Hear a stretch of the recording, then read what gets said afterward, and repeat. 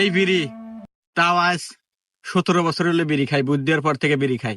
এই বিড়ি খাতি খাতি আমার একবারে কলজা ফোপরা সব পচে গেছে। আমি বেশি দিন বাঁচতে চাই, আমার এই বিড়ি কোনোদিন খাবো না। এই বিড়ি খাবো না, আজ থেকে বিড়ি খাওয়া বাদ। বাদ দিমু বুঝলাম, কিন্তু বাদ দিমু কি পারি? এত দিনের অভ্যাস এত সহজে ছাড়া যাবো না? টেনশনে পড়ে গেলাম, কিভাবে বাদ দিই? বাদ তো দেওয়াই নাই। হ্যাঁ, টেনশন, আরে টেনশনের ওষুধ তো আছে। আগে টেনশনের ওষুধ খায় নেই।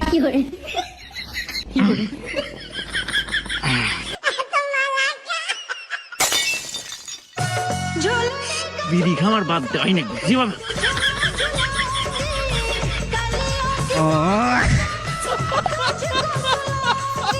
দেওয়াই নাকবো।